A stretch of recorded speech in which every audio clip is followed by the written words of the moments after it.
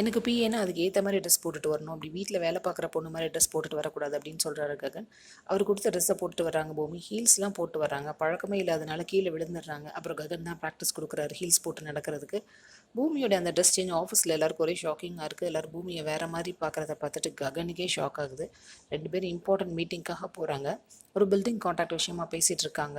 பேசிகிட்டு இருக்கும்போதே பூமி என்னோட சஜஷன் நான் சொல்லவான்னு கேட்குறாங்க. ககன் சொல்கிறாரு, உனக்கு என்ன தெரியும், பேசாமல் இரு அப்படின்னு சொல்கிறாரு.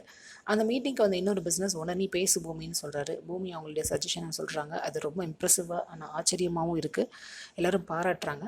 மீட்டிங் முடிஞ்சதும் அவங்கள சப்போர்ட் பண்ணி பேசின அந்த பிஸ்னஸ் ஓனர் பூமியை கூப்பிட்டு, உனக்கு சேலரி கூட தரேன், எனக்கு பிஏவா வந்துரு அப்படின்னு சொல்லி மொக்க போட்டுட்ருக்காரு. பூமிக்கு இன்கன்வீனியண்ட்டாக இருக்குது.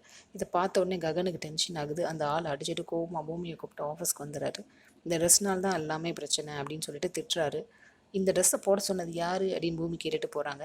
இதே நேரத்தில் அபூர்வாவை கம்பல் பண்ணி கூப்பிட்டுட்டு ககனை பார்க்குறதுக்காக ஆஃபீஸ்க்குள்ளே வர்றாங்க நக்ஷத்ரா. பூமி அங்கே பார்த்துடுவாங்களா, என்ன ஆக போகுதுன்னு அதுக்கு அடுத்த எபிசோடில் தான் தெரியும். சீரியல் அப்டேட்ஸ் தெரிஞ்சுக்க எங்கள் சேனலை சப்ஸ்கிரைப் பண்ணுங்கள். மீண்டும் அடுத்த அப்டேட்டில் சந்திப்போம்.